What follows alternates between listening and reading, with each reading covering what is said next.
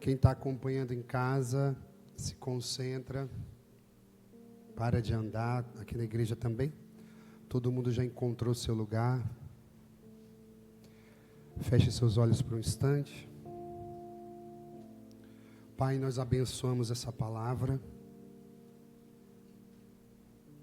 Nós agradecemos porque recebemos as instruções do céu, capazes de alimentar e mudar a nossa vida. Nós recebemos essa palavra na esfera do Espírito. Não recebemos apenas para nos emocionar, para tocar o nosso coração. Isso é muito pouco. Mas nós recebemos no Espírito, porque sabemos que ela vai produzir frutos. Amém, igreja? Nós acolhemos, Pai. Nós declaramos que dentro de nós encerramos toda a briga de Marta e Maria. E aqui, Senhor, nesse momento, nós temos o coração de Maria, que escolheu a melhor parte. Fala conosco, forma o nosso coração, abençoa-nos e guarda-nos na Tua paz. Não há mais divisão, não há só a preocupação pelo apostolado, pelo cuidado das almas. Nesse momento nós somos filhos, nesse momento nós somos Maria, que está aos Teus pés, para ouvir a Tua palavra, a Tua mensagem. Nós dedicamos esse tempo ao Senhor, nós dedicamos, Senhor, a nossa atenção voltada a cada palavra que sai da Tua boca. Em nome do Pai, do Filho e do Espírito Santo. Amém. Meus queridos, hoje nós encerramos o tempo de preparação para o Natal. Pouco tempo nós vamos celebrar o nascimento de Jesus. E nós bem sabemos que o período que nós estamos vivendo é um período que nos ensina a silenciar. É um período que quer educar cada um de nós a entender, a ouvir a Deus. De uma forma muito prática, a primeira leitura apresentou a profecia de Isaías a um rei que tinha um coração muito fechado para Deus, Acaz. Deus pede que ele seja capaz de manifestar o desejo de pedir um sinal. Nós muitas vezes não passamos por isso, mas o profeta diz: olha, Deus quer que você peça um sinal. Ele não pede, mas Deus assim mesmo faz, dá um sinal para ele de uma virgem que conceberia e daria luz a Jesus. A segunda leitura nós vimos São Paulo de uma forma muito sintética, manifestando que quem haveria de nascer seria o próprio Salvador. E o Evangelho de hoje apresenta o momento em que São José é chamado por Deus a fazer aquilo que Nossa Senhora tinha feito. Sabemos muito bem que Nossa Senhora tinha sido colocada à prova e Deus esperava de Maria um sim. Pois bem, ela o deu. Hoje a liturgia apresenta o momento em que Deus pede a José um sim. E também com muita clareza, firmeza, Ele o dá. Deus se revela humildemente na vida daquele casal.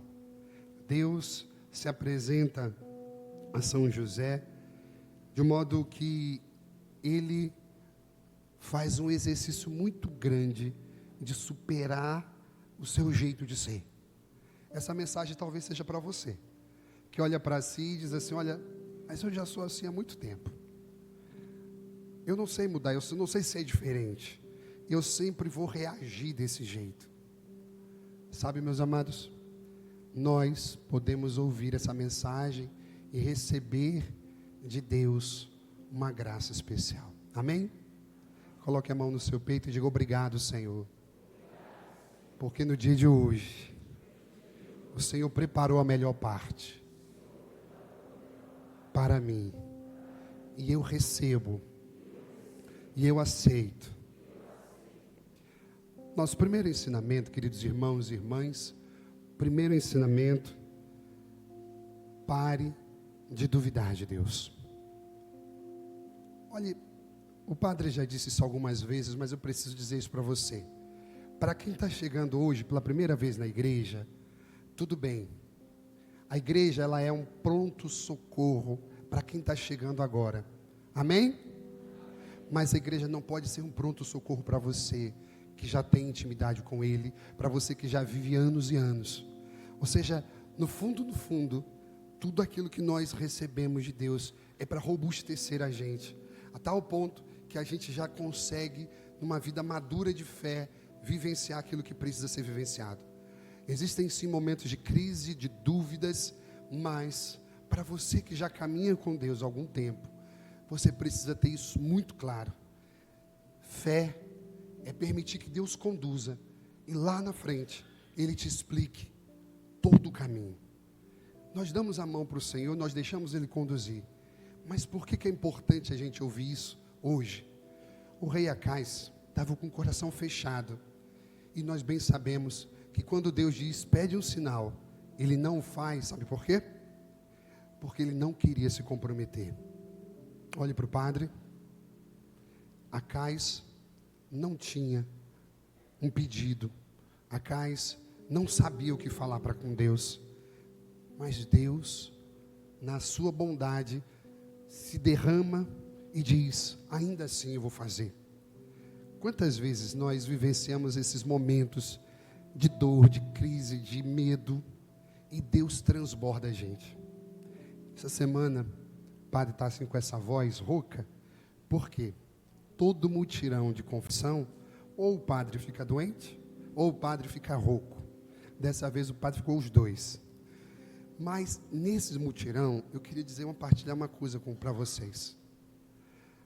Das muitas pessoas que o padre ouviu, e aquelas que passaram um tempo dividida, com o coração dividido com Deus, brigado com o Senhor, olhe para o padre.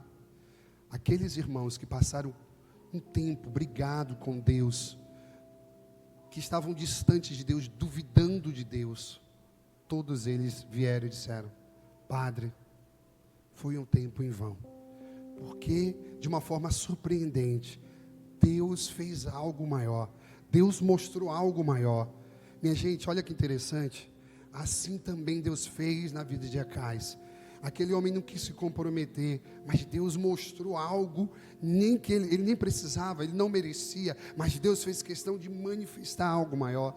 Na nossa vida, a gente precisa passar por essa etapa. Aqueles que já têm um caminho com Deus, aqueles que já têm um nível de chamado, de maturidade, a igreja não é mais um pronto-socorro para você, amém?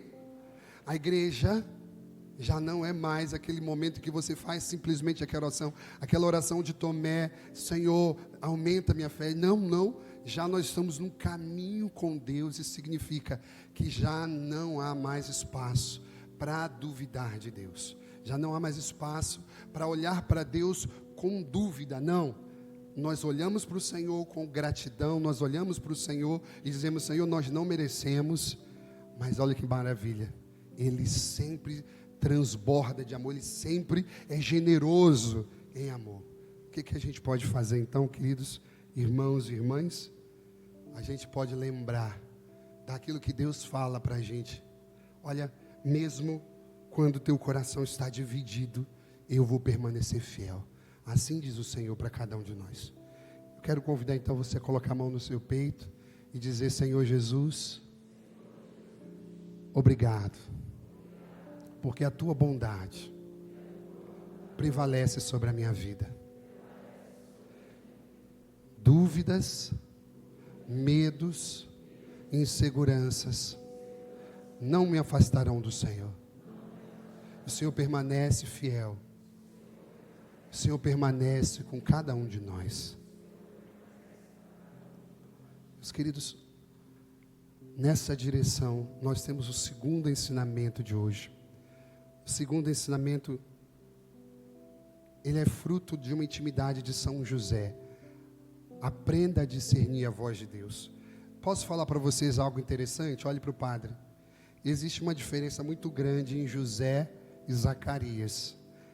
Zacarias é muito interessante porque é a figura natalina, Nós vamos falar 3 dias agora seguidos só sobre quem é Zacarias. Você sabe quem é Zacarias? Você lembra? Ele era um sacerdote e vivia o tempo todo dentro do templo. Vamos falar junto? Dentro do templo. Zacarias é aquele que vai apresentar a Deus o menino Jesus. Olhe para o padre. Zacarias era um sacerdote. Não, vamos fazer junto. Zacarias era um sacerdote. Olhe para o padre. Aquele homem que vivia dentro da igreja. Aquele que estava servindo a Deus. O que aconteceu com Zacarias? Ele duvidou e Deus tirou a voz dele. Minha gente, o padre não duvidou não, tá? Eu não estou duvidando de Deus, não, estou rouco mesmo por causa das confissões. Mas sabe qual é a verdade? A gente muitas vezes fica querendo zacariar por aí, sabe? Você serve a Deus. Mas você tem que olhar para o seu irmão e diga para ele aí, pare de ficar. Misericórdia, fala para ele, pare de ficar. Não, pode ser toda a igreja. Pare de ficar zacariando por aí. Tem mais tempo, minha gente. Olha, sério. Aquele homem que servia a Deus. Aquele homem que estava no altar de Deus. São José ia para o templo. São José era fiel. Naquela época só tinha os levitas. Talvez. São José não era levita, mas não tinha coroinha, não tinha bela dama, não tinha colhida, não tinha leitor. Mas São José era fiel, ele estava fazendo algo para Deus. Olhe para o padre e guarde isso. Aprenda a discernir a voz de Deus. Zacarias estava lá servindo a Deus, mas duvidou. O chamado que Deus tem para a gente é a gente que serve. Tem que tomar muito cuidado para não deixar o nosso coração se acostumar e duvidar das coisas dele. Ao contrário, São José, ele era fiel e na simplicidade ele fazia o que precisava ser feito. O que fez São José aprender a discernir o que era a voz de Deus ou não? São José tinha uma vida interior com o Senhor. Uma vida de oração escondida, sabe? E eu sempre digo isso para você que está começando, e você diz assim, não, mas eu quero aprender a ter o discernimento dos Espíritos, eu quero ter uma vida interior, eu quero ter uma vida de oração secreta com Deus. Querido, faça 3 coisas.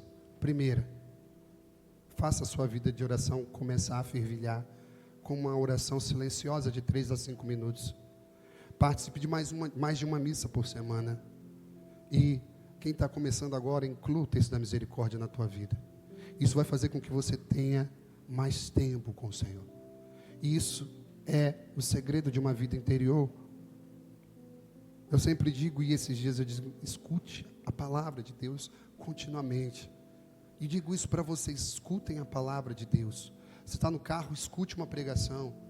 Escute quem você gosta de ouvir, quantas pregações. Nós temos aqui mais de 10.000 pregações gravadas só da Maria Mãe no YouTube, tantos padres. Você escute continuamente, aprenda a ouvir a voz de Deus, gaste tempo com o Senhor.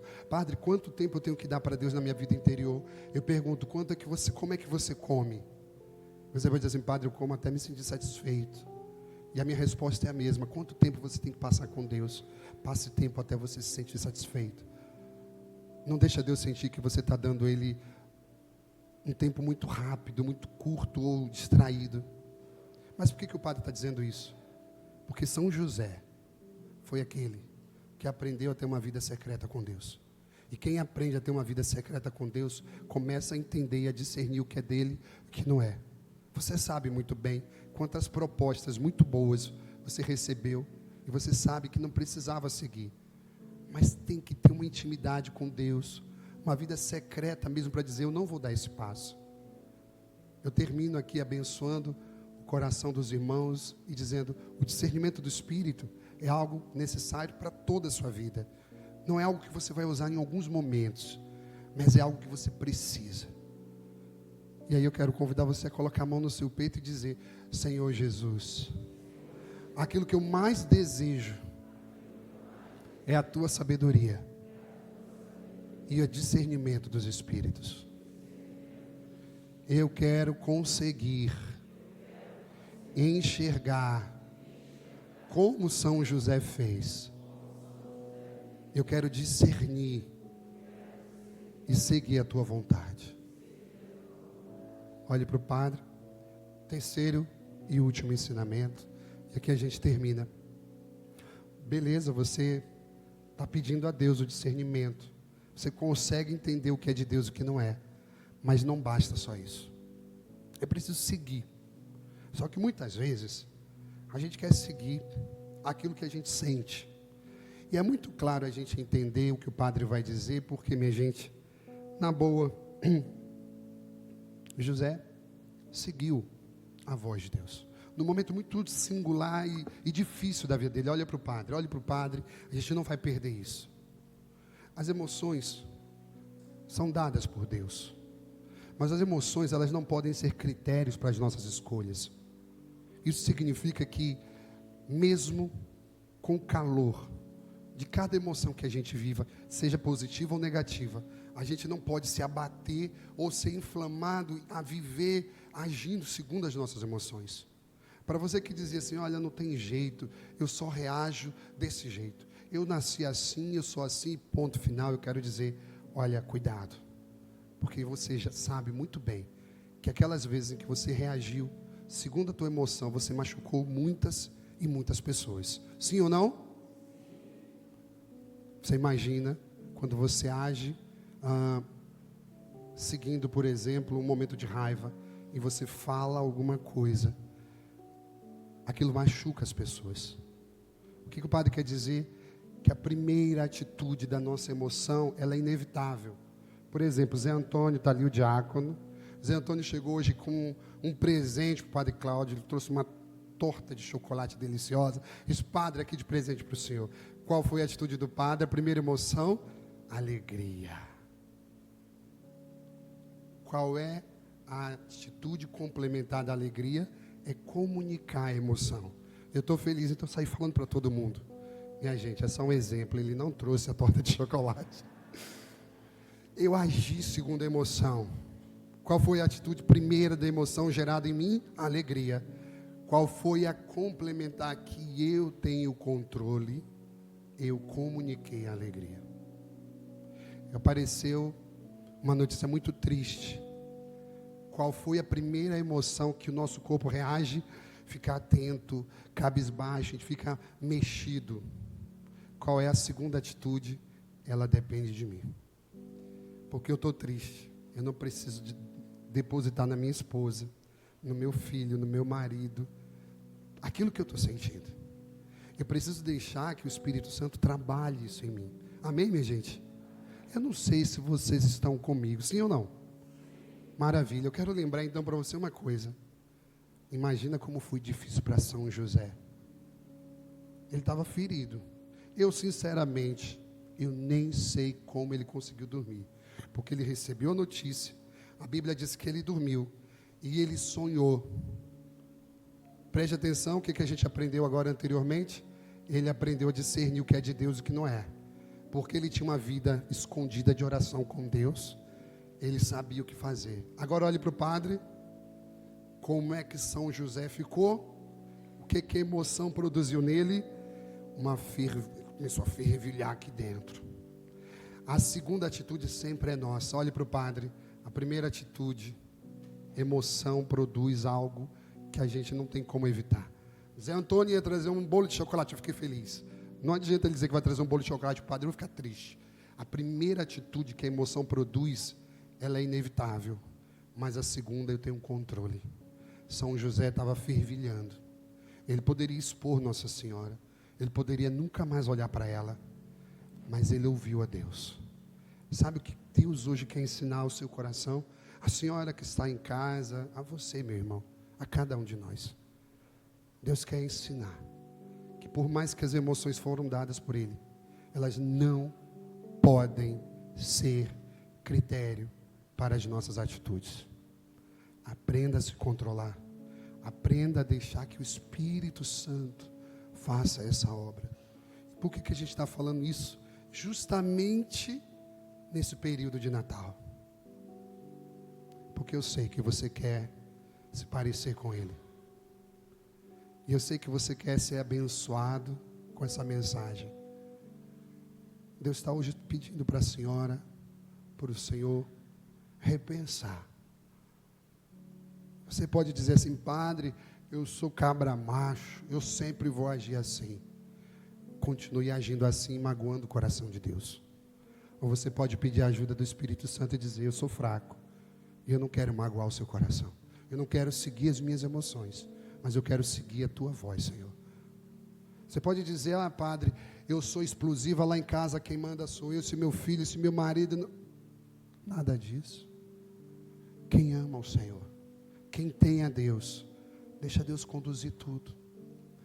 Eu abençoo o coração dos irmãos, para que você guarde toda essa mensagem. Primeiro, para de ficar zacariando por aí, para de duvidar. Quem serve a Deus não tem que ter espaço para duvidar de mais nada. Amém, minha gente? Segundo momento, arruma tempo no secreto com o Senhor e vai viver uma vida que você consiga aprender a discernir o que é de Deus e o que não é. Começa. E por último, não siga, querido, suas emoções. As emoções são como ondas que vão e vêm. Mas a voz de Deus, ela é a rocha inabalável. Ela não muda. E outras palavras que eu quero te dizer é: treine o seu temperamento, o seu espírito. E diga: Deus pode todas as coisas. Eu posso reagir de forma diferente, porque eu quero agradar a Ele. Eu abençoo o seu coração, porque eu sei que você, se assim fizer, vai dar o melhor de todos os presentes para Jesus. Em nome do Pai, do Filho e do Espírito Santo. Creio em Deus Pai,